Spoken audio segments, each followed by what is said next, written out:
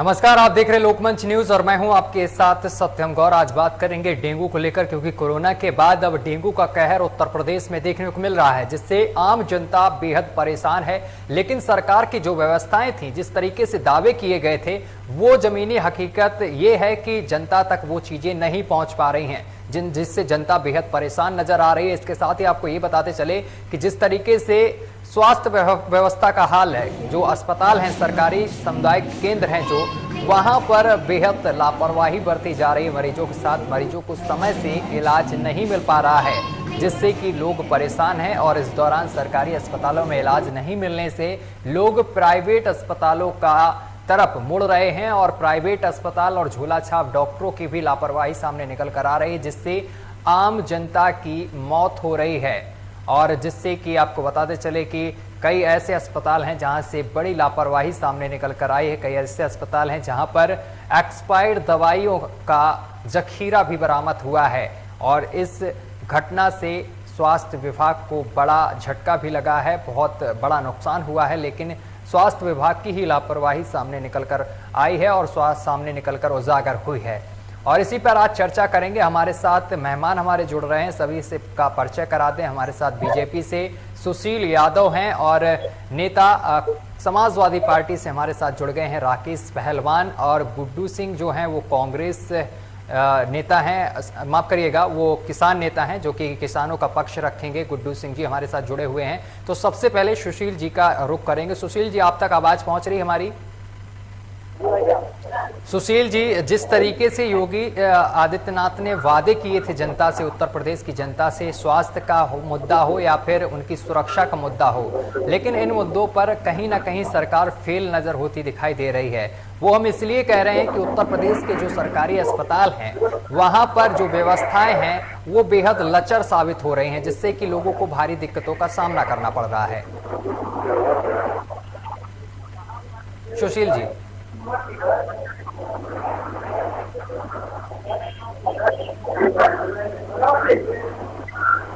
सुशील जी, आप तक आवाज पहुंच रही है?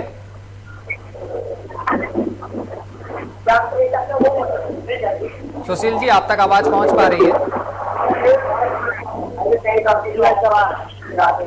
राकेश पहलवान जी, आप हमें सुन पा रहे हैं? जी सर, जी सर। राकेश पहलवान, जिस तरीके से योगी आदित्यनाथ ने जनता से वादे किए थे स्वास्थ्य व्यवस्था को दुरुस्त करने के लिए, लेकिन वो चीजें सामने निकल कर नहीं आ रही हैं। अस्पतालों में हाल बदहाल है, लोगों को समय से इलाज नहीं मिल पा रहा, क्या कहेंगे? जी सर, भारतीय जनता पार्टी ने जो भी वादे किए थे वो सारे झूठे वादे हैं और भारतीय जनता पार्टी और योगी आदित्यनाथ की सरकार हर तरीके से विफल है जी। और आपने देखा होगा कि कोरोना काल में जी कितनी लापरवाही रही है। कोरोना काल में बिल्कुल से लापरवाही देखने को मिली है, लेकिन जिस तरीके से वादे किए गए थे वो बिल्कुल विफल साबित हो रहे हैं और लोगों को समय से इलाज भी नहीं मिल पा रहा। राकेश पहलवान जी, अस्पतालों में, लेकिन योगी सरकार कहती है कि लोगों को पर्याप्त इलाज मिल रहा है, समय से इलाज मिल रहा है। अगर लोगों को पर्याप्त इलाज मिल रहा होता और लोगों को सही सुविधाएं मिल रही होती तो कोरोना काल में जो इतनी मृत्यु हुई है बेड के अभाव में, सिलेंडर के अभाव में, ये भारतीय जनता पार्टी हर तरीके से विफल है। कोई काम नहीं किया, सिर्फ 4.5 साल में झूठ बोला है और कागजों में काम किया, धरातल पे कोई काम नहीं किया भारतीय जनता पार्टी ने। नेता किसान हमारे साथ बैठे हुए हैं, गुड्डू सिंह। गुड्डू सिंह, अगर अस्पतालों की बात की जाए, जिस तरीके से बीजेपी सरकार ने बड़े बड़े वादे किए थे वो अब विफल साबित हो रहे हैं। अगर डेंगू के मरीजों की बात की जाए तो अस्पतालों में भीड़ लगी हुई है, लेकिन समय से उनको इलाज नहीं मिल पा रहा है। इस विषय में आप क्या कहेंगे? अगर चाहे वो अस्पताल में हो, चाहे उत्तर प्रदेश में डेंगू का कहर जो बता रहा है, इस पे तो विफल ही है। आज आपको बता दें किसानों के पशु जो है एक छाले पड़ रहे हैं और छाले पड़ के फूट जाते हैं, कीड़े पड़ जाते हैं, पशु खत्म हो जाते हैं। कोई देखने वाला नहीं है, कोई डॉक्टर से बात करो तो कहते हैं इसके लिए कोई इलाज ही नहीं है। आज किसान इतना परेशान है जी। कहीं भाजपा का तो भलाई हो रहा है, भाजपा के तो अच्छे दिन आ गए, लेकिन किसानों का अच्छा दिन नहीं आया अभी तक जो है। किसान डीएपी के लिए परेशान है, किसान यूरिया के लिए परेशान है। किसान आज मार्केट में यूरिया डीएपी की काली बाजारी हो रहा है। 50 किलो की जगह पर आज यूरिया डीएपी जो है 45 किलो मिल रहा है। कहाँ अच्छे दिन है? भाजपा के मोदी जी के अच्छे दिन है, मोदी जी के कार्यकर्ता मोदी भक्त के अच्छे दिन है, लेकिन किसानों के अच्छे दिन नहीं है। सुशील जी, अब आवाज पहुंच रही है आप तक? जी भाई साहब। सुशील जी, अभी तक तो आप तक आवाज नहीं पहुंच रही थी जब मैंने आपसे सवाल किया था कि उत्तर प्रदेश में जो अस्पताल हैं वो लचर व्यवस्था उनकी सामने निकल कर आई है। अस्पताल में जो डॉक्टर हैं वो लापरवाही बरत रहे हैं और मरीजों की मौत हो जा रही है। अभी कोरोना काल में भी आप पर आरोप लगाए गए हैं। अभी समाजवादी पार्टी के जो हमारे नेता बैठे हुए हैं राकेश पहलवान, उन्होंने आरोप लगाया कि कोरोना काल में बीजेपी सरकार कुछ नहीं कर पाई। अब डेंगू का जब समय हुआ है इसमें भी फेल नजर आ रही है। भाई साहब, अब राकेश जी को होना चाहिए था कि ये ऐसी वैश्विक महामारी है जो सिर्फ उत्तर प्रदेश या एक दो जिले, ऐसा नहीं है, पूरा देश पूरा विश्व ऐसी बीमारी की चपेट में आया। जाहिर सी बात है कि फिर दुर्व्यवस्था तो होनी ही थी। फिर भी हमारी योगी सरकार कहीं ना कहीं बहुत तेजी से, जितना उम्मीद ना तो जी ठीक है। राकेश जी हमारे साथ लगातार जुड़े हुए हैं। राकेश जी, आवाज पहुंच रही है आप तक? राकेश जी,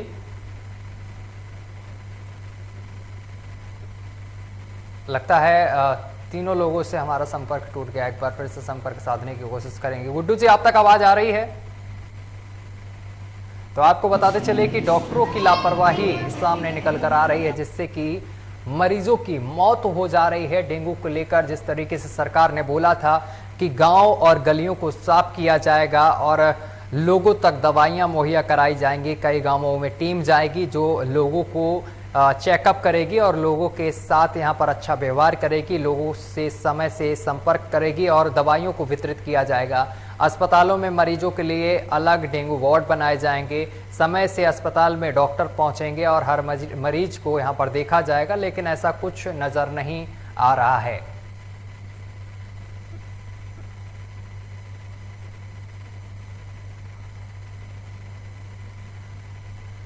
और जिस वजह से आरोप लग रहे हैं डेंगू को लेकर,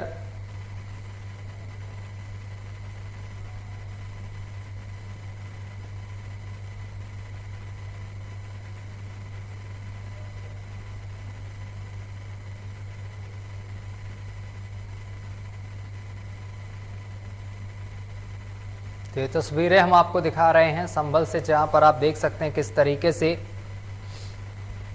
लोगों को परेशानी का सामना करना पड़ रहा है। स्वास्थ्य विभाग के मुताबिक डेंगू वायरस से संक्रमित एडीज मच्छर के काटने से डेंगू बुखार होता है। सामान्य तौर पर डेंगू में संक्रमित व्यक्ति को काटने से मच्छरों में यह संक्रमण पहुंच जाता है। ऐसे मच्छर अन्य लोगों को संक्रमित कर रहे हैं और डेंगू सीधे तौर पर एक व्यक्ति से दूसरे व्यक्ति में नहीं फैलता है। ये डॉक्टरों का कहना है कि एक व्यक्ति से दूसरे व्यक्ति में नहीं फैलता है।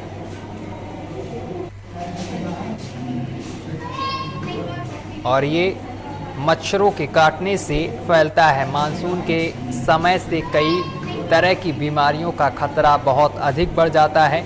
डेंगू ऐसे ही एक गंभीर बीमारी है और जिससे हर साल देश में हजारों लोगों की मौत हो जाती है। मच्छरों के कारण होने वाली इस बीमारी में कई तरह की स्वास्थ्य संबंधी जटिलताओं का खतरा बढ़ जाता है, जो गंभीर स्थिति में मृत्यु का कारण भी बन सकती है। दक्षिण पूर्व एशिया, लैटिन अमेरिका और अफ्रीका में कई देशों में डेंगू बुखार हर साल लाखों लोगों की मौत का कारण बनता है। तो इसी पर चर्चा करेंगे। हमारे साथ एक बार फिर से हमारे मेहमान जुड़ गए हैं और राकेश पहलवान जी हमारे साथ जुड़ गए हैं और इसी के साथ सुशील भी जी जुड़ गए हैं। सुशील जी, अपनी बात पूरी करिएगा।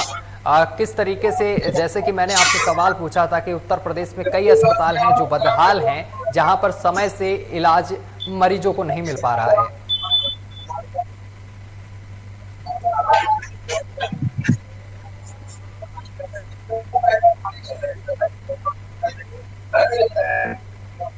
तो अभी भी आवाज़ नहीं सही से पहुंच पा रही। एक बार फिर से संपर्क साधने की कोशिश करेंगे, लेकिन आपको बताते चले कि डेंगू से हर साल हजारों लोगों की उत्तर प्रदेश सहित पूरे देश में मौत हो जाती है, जिस वजह से डेंगू को लेकर सरकार भी सतर्क है और इस बार डेंगू का कहर साफ तौर पर देखने को मिला है।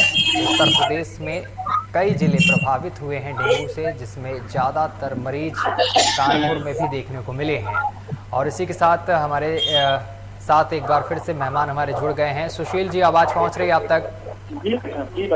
सुशील जी, एक बार आपसे फिर मैं सवाल दोहराऊंगा कि उत्तर प्रदेश में कई ऐसे अस्पताल हैं जहां पर समय से उपचार नहीं हो पा रहा है मरीजों का और मरीजों की मौत हो जा रही है, इस पर आप क्या कहेंगे? भाई साहब देखिए, अच्छी व्यवस्थाएं फिलहाल नहीं है। बीच में जब कोरोना का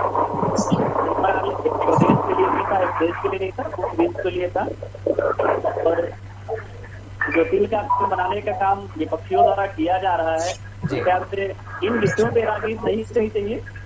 जो विषय गंभीर हैं, जो विषय हर किसी पे आ सकता है, इस पे हम लोगों को मिलजुल के काम करना चाहिए। पूरा कोविड काल जब आया, आपने देखा होगा, पूरे लोग अपने कार्यालय में बैठे रहे, समाजवादी पार्टी के राष्ट्रीय अध्यक्ष अपने कार्यालय में बैठे रहे, बसपा के अपने कार्यालय में बैठे रहे, भारतीय जनता पार्टी के लोग बूथ स्तर पर अपनी कमेटी बना के, अपने वॉलंटियर बना के, एक टोली बना के लोगों के बीच में रहे, लोगों की सेवा अपनत्व की भावना करते रहे। कहीं न कहीं इन चीजों को देखना चाहिए। और रही बात स्वास्थ्य में असुविधाओं की, तो मेरे अब नहीं है, जो बीच था माननीय योगी आदित्यनाथ के नेतृत्व में त्वरित कार्य करते हुए उसको सही करने का काम किया जा रहा है। लेकिन क्या कुछ व्यवस्थाएं की गई हैं आपकी तरफ से अस्पतालों के लिए? लेकिन अस्पतालों में जिस तरीके से आरोप लगाए जा रहे हैं, परिजन, मरीजों के परिजन जो हैं वो आरोप लगा रहे हैं कि अस्पतालों में सही व्यवस्था नहीं है।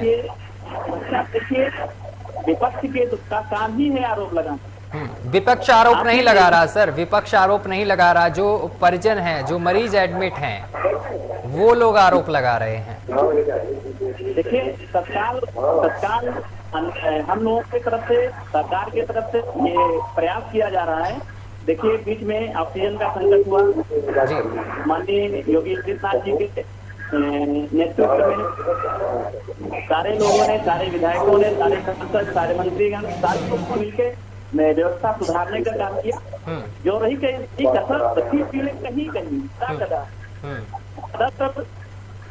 व्यवस्थाएं सुचारू हो रही हैं, सुविधाएं ठीक हैं, अदा कदा इससे कोई गलती त्रुटि है तो उसको तत्काल देखा जाता है। ये कोई डॉक्टर का कोई स्टाफ या किसी के द्वारा भी लापरवाही बरती जा रही है तो तत्काल नेतृत्व में कार्रवाई करने का काम किया जा रहा है। इन लोगों का काम ही, विपक्ष का काम ही है इसका आरोप लगाना। हम लोग सरकार के ओर से देख रहे हैं, सुशील कर रहे हैं। ठीक है, राकेश पहलवान जी से जवाब ले लेते हैं। राकेश पहलवान जी क्या कहेंगे? कह रहे हैं विपक्ष का काम है आरोप लगाना। ये भारतीय जनता पार्टी का ये तो बोलने का एजेंडा ही है कि अगर कोई, अब आप देख ही रहे होंगे कि कई जगह से ऐसी खबरें आती है कि परिजन रो रो के इलाज के अभाव में, जिनके बच्चे और जिनके माता पिता अभाव में मर जाते हैं, तो वही लोग आरोप लगाते हैं। और इनका कहना है कि विपक्ष आरोप लगाता है। ये भाई साहब जो कह रहे हैं ना, यादव जी, सुशील जी, के माननीय राष्ट्रीय अध्यक्ष जी ने कार्यालय में बैठ के वो किया, तो कोरोना काल में सबसे ज्यादा रोड पे अगर किसी ने मदद की है गरीब मजदूरों की, तो वो समाजवादी पार्टी लोगों ने रोड पे लोगों की मदद की है, खाना खिलाने का काम किया है। रोड पे नहीं, रोड से लेके जन जन के घर तक भारतीय जनता पार्टी का प्रत्येक क्या मदद की है, क्या मदद की है, क्या मदद की है, क्या मदद की है? लोगों से बेहतर कोई नहीं जानता। आपके अरे हम लोगों ने तो हम लोगों ने जो योजनाएं चलाई, आपने उनको बंद करने का काम किया है। हमने डायल 100 चलाई, आपने 112 करके, और आपने शायद जानने की कोशिश नहीं करी कि हम लोगों ने डायल 100 को 112 में कन्वर्ट करके और व्यापक रूप दिया है। नहीं तो ये कौन सी आपकी योजना है? ये तो समाजवादी पार्टी की सरकार की योजना है। आप तो सिर्फ नाम बदलने का, फीते काटने का काम करते हैं। भारतीय जनता पार्टी का यही काम है। पहली बार प्राइमरी विद्यालय में भी आप लोगों ने देखा होगा, और भाई साहब भी देखे होंगे, इनके रिपोर्टर विद्यालयों में जाके प्राइमरी विद्यालय में भी ये डाक पे बिठाने का काम अभी तक की सरकार करती रही है। बेंच देने का काम हम लोगों ने किया है। हम लोगों ने क्या किया, हम लोग या तो देख नहीं रहे हैं या तो अपने घर बैठे हैं। अब वो तो जनता, आप भारतीय जनता पार्टी के नेता लोग गांव में जाएंगे ना 2022 में वोट मांगने, जनता जवाब देगी आपको। जा रहे हैं, जनता जवाब देगी गांव में, जनता जवाब देगी गांव में। भाई साहब हम लोग तैयार जा रहे हैं, रहती हम लोग है। इंतजार करिएगा कब जाना है। हम लोग जा रहे हैं, हम लोग जन जन तक जुड़े हैं। हम लोग कभी बैठे नहीं, 5 साल होने को ठीक है, ठीक है सुशील जी, सुशील जी, ठीक है, ठीक है। गांव में जाने के बाद पता लगेगा 2022 के चुनाव में। ठीक है, ठीक है राकेश जी, नहीं किया, सिर्फ कागजे में काम किया आप लोगों ने, ठीक है धरातल पे कोई काम नहीं किया। सुशील जी, ठीक है, पार्टी ने किया, लैपटॉप देने का ठीक काम है किया, सुशील जी, साइकिल एक देने का सवाल, काम किया। ठीक है सुशील जी, मैं ये जानना चाहता हूँ कि किसान नेता भी हमारे साथ बैठे हुए हैं, उनका भी सवाल है कि क्या किसानों की आय दोगुनी हो गई है, वो जानना चाहते हैं। भाई साहब भारतीय जनता पार्टी माननीय मोदी जी के नेतृत्व में, माननीय गृह मंत्री जी, माननीय मुख्यमंत्री जी के नेतृत्व में काम करने का काम कर रहा है। और मुझे लग रहा है कि सभी चीजें ठीक है। जो चंद लोग विरोध कर रहे हैं, मुझे नहीं लग रहा है किसान है तो सब नेता है, नेतागिरी कर रहे हैं। कौन विरोध कर रहा है बताइए। चंद लोग 10 या 20 का देश किसान है, 135 करोड़ प्लस की आबादी देश में है और 10,000 लोग ही किसान है, 10,000 लोगों से है। और ऐसे लोग क्या आजकल अपना झंडा बुलंद करने का काम करें जो अपना जमानत भी जब्त करवा सकते हैं। भाई साहब लाखों लोग प्रदर्शन कर रहे हैं, कल देखा हमने कि रेल रोकी गई है, काफी किसान थे वहां पर। आप कह रहे किसान नहीं, किसान नहीं फिर कौन है ये? आप बताइए राजनीतिक दल अपना एजेंडा सेट कर रहे हैं, ये लोग किसान हो सकते हैं, किसान हो सकते हैं क्या? अच्छा ठीक है, इसका जवाब गुड्डू सिंह से ले लेते हैं। गुड्डू सिंह, आप किसान नहीं है क्या? सुशील जी कह रहे हैं। आप मैं बता रहा हूँ, मेरे पास जो है गांव में खेती करता हूँ, धान है, गेहूं है, गन्ने की खेती है और हमारे पास जो है गाय भाई भी है। भारतीय जनता पार्टी किसानों का सम्मान ये करती है। भाजपा वाले क्या है, ये आंदोलन करे, इनका मौलिक अधिकार है। अगर किसान अपना अधिकार मांगे तो वो आतंकवादी है, वो तालिबान है। ये अगर यही जब करते थे आंदोलन, यही भाजपा के लोग जब आंदोलन करते थे, इनका मौलिक अधिकार बनता था। आज बताइए 45 किलो की यूरिया, 45 किलो की डीएपी मार्केट में, वो भी काला बाजारी। अच्छे दिन किसान के कहाँ गए आप बता दीजिएगा। भाजपा के, मोदी के लोग के अच्छे दिन आए हैं, लेकिन किसान मजदूर के अच्छे दिन नहीं आए हैं। ठीक है, बोलिए सुशील जी। आज आपको बताओ, अस्पताल में सुल्तानपुर जनपद की बात बता रहा हूँ कि डॉक्टर को प्राइवेट में फुर्सत नहीं है, नर्सिंग होम जाने से फुर्सत नहीं है, वो अस्पतालों में मिलते नहीं है। सरकार तत्काल प्रभाव आपको बता रहा हूँ, सुल्तानपुर में इनके डॉक्टर नहीं मिलते अस्पताल में, इनके डॉक्टर नर्सिंग होम में मिलते, प्राइवेट व्यवस्था में मिलते। इनका विधायक लापता होता है, कभी पूछने नहीं जाता है, न इनके सांसद को पता होती है। आज जो है, अभी मैंने एक पशु डॉक्टर से वार्ता हुआ कि मेरे यहाँ पशु, मेरी गाय बीमार है, गाय को छाला पड़ गया। डॉक्टर साहब ने कहा इसका कोई इलाज नहीं है। बताइए, इनके पास इलाज करने की कोई व्यवस्था नहीं है। किसान कहाँ जाएगा इलाज कराने के लिए? ये तो मोदी के जो अंधे भक्त हैं, ये सुधर जाओ भैया। ये किसान है, ये आतंकवादी नहीं है। आप जब आतंकवादी मेरे हिसाब से अगर किसी ने कहा तो निंदनीय है। हम लोग किसान का सम्मान करते हैं, लेकिन जो लोग अपनी राजनीति देख रहे हैं उनकी सम्मान क्यों करेंगे? ठीक है पहलवान जी से जवाब ले लेता हूँ। समाजवादी पार्टी से राकेश पहलवान जी, आप राजनीति कर रहे हैं किसानों को लेकर, आप राजनीति कर रहे हैं क्या? 2022 में राजनीति चमकाने की कोशिश कर रहे हैं क्या? बिल्कुल। मुझे आप बता दें कि मुझे अगर कांग्रेस से लगा होता, मुझे अगर समाजवादी पार्टी से लगा होता तो मैं उनको, भाजपा ने भी, आप बता दें कि मैं भाजपा को वोट दिया हूँ, मैं भाजपा को वोट दिया हूँ। कांग्रेस अच्छा काम किया होता तो कांग्रेस को न हटाते, अगर समाजवादी पार्टी अच्छा काम करता तो समाजवादी पार्टी हटाते। आज भाजपा भी ये चोर मोचियाऊ भाई है, इनका किसानों के लिए कोई इनके लिए व्यवस्था नहीं है। भाई साहब, भारतीय जनता पार्टी के नेतृत्व में ही संभव हो पाया है कि उत्तर प्रदेश के प्रत्येक जिले में मेडिकल कॉलेज, प्रत्येक जिले में ठीक है गुड्डू सिंह जी, प्राइमरी विद्यालय, प्राइमरी स्तर पर भी विद्यालयों का कायाकल्प मैं मानता हूँ। एक मिनट गुड्डू जी, एक मिनट सुनने दीजिए, देने का गुड्डू जी एक काम मिनट। अगर किसी ने किया तो ये भारतीय जनता पार्टी के सरकार ने ठीक है सुशील जी, ठीक है सुशील जी, बहुत कुछ किया, ठीक है सुशील जी, एक मिनट सुशील जी, बहुत कुछ किया पार्टी ने। मुझे ये बता दीजिए किसानों के लिए क्या कुछ किया आपकी पार्टी ने, एक काम गिनाइए बताइए। और 50 किलो ठीक है गुड्डू जी, जान लेते हैं, ठीक है गुड्डू जी, जान लेते हैं सुशील यादव जी से। सर बताइए किसानों के लिए क्या किया गया पार्टी की तरफ से। भाई साहब आप बताइए, जो किसान नेता हमारे साथ बैठे हैं, भाई साहब बताएं कि जब कृषि प्रधान देश में किसानों के कानून या किसी के कानून होना चाहिए कि नहीं होना चाहिए, आप बताइए। ऐसा पता है मैं कानून बना, मैं कानून का समर्थन करता हूँ। मैंने बार बार कहा कानून का मैं बता रहा हूँ, कानून में संशोधन होना जरूरी है। किसान कानून में संशोधन होना जरूरी है। अगर बता दें कि इसमें क्या गड़बड़ी है, इसमें क्या संशोधित होना चाहिए। बहुत लंबा फाइनल है, बस उतना समय नहीं बताने का। मैं कह रहा हूँ अगर अरे भैया हम बैठ जाते हैं, बता दीजिए आपकी क्या चेंज हो जाए। तिनका आप बताइए, तिनका की दाढ़ी में अगर चोट नहीं है तो एमएसपी को कानून क्यों नहीं? एमएसपी क्या है? एमएसपी नहीं है क्या? एमएसपी लागू नहीं है। आप सुनिए मेरी बात, आप सुन लीजिएगा। तो सरकार ने तय कर रखा है। मेरी एक चीज बता दी सुशील जी, धान की कटाई चल रही है, किसान ने हाइब्रिड धान लगाया और उस हाइब्रिड धान को किसान जब क्रय केंद्र ले जा रहा है, क्रय केंद्र से मना कर दिया जा रहा है कि हाइब्रिड धान नहीं लिया जाएगा। वही धान व्यापारी खरीद रहा है 10 रुपए किलो, 2 रुपए किलो, और उसी धान को क्रय केंद्र में फिर बेचा जाता है। वो मानक के विपरीत हो जाता है, नहीं तो मानक के किसान ले जाएगा, तो मानक के विपरीत होता है। आप बताइए मुझे एक जवाब, कौन से क्रय केंद्र मना किया जा रहा है भाई साहब? कौन सा धान है? उत्तर प्रदेश में बता दीजिए कहाँ पे हाइब्रिड धान खरीदा जा रहा है, मैं वही बेचूंगा अपना धान।